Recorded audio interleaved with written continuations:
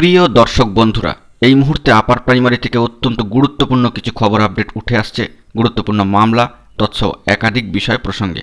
বন্ধুরা, এই ভিডিওর মধ্যে তার সবটাই আলোচনা করছি, তাই অবশ্যই গুরুত্বপূর্ণ ভিডিওটিকে শেষ পর্যন্ত শুনে বোঝার চেষ্টা করবেন এবং সম্পূর্ণ দেখে নেবেন।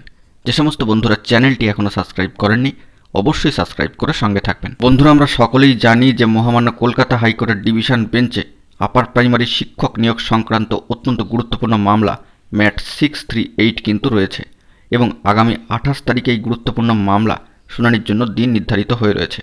কজ লিস্টে অর্থাৎ মহামান্য কলকাতা হাইকোর্টের অ্যাপিলেটেড সাইটের ডেলি কজ লিস্টে সেই মামলা কিন্তু চলে এসেছে।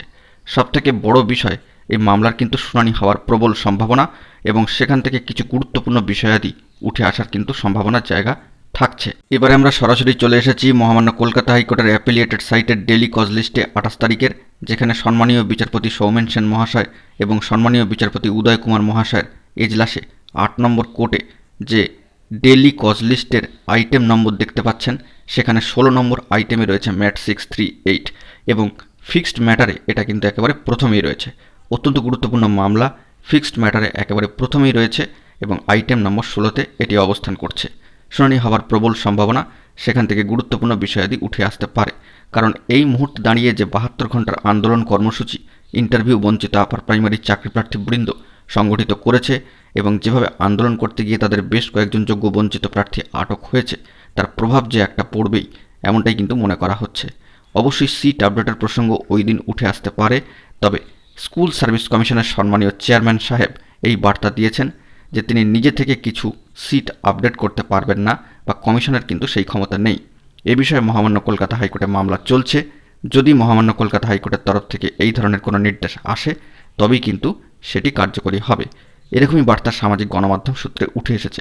তবে আগামী দিনের এই গুরুত্বপূর্ণ যে শুনানি যদি হয়, তা কিন্তু অত্যন্ত ভাইটাল এবং অত্যন্ত প্রাসঙ্গিক হতে চলেছে। তবে এটাও ঠিক যে সম্পূর্ণ প্রসেসটাই কিন্তু কোর্ট মনিটরিংয়ের মধ্যে রয়েছে বা মহামান্য কলকাতা হাইকোর্টের অবজারভেশনের মধ্যেই রয়েছে।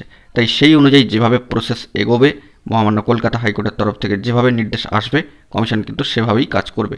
তবে প্রসঙ্গত একটি বিষয় বলে রাখা ভালো যে যোগ্য বঞ্চিত ইন্টারভিউ থেকে বঞ্চিত প্রার্থীদের জীবন থেকে 10টি বছর হারিয়ে গিয়েছে, অনেকেই কিন্তু বয়স পার করে ফেলেছেন।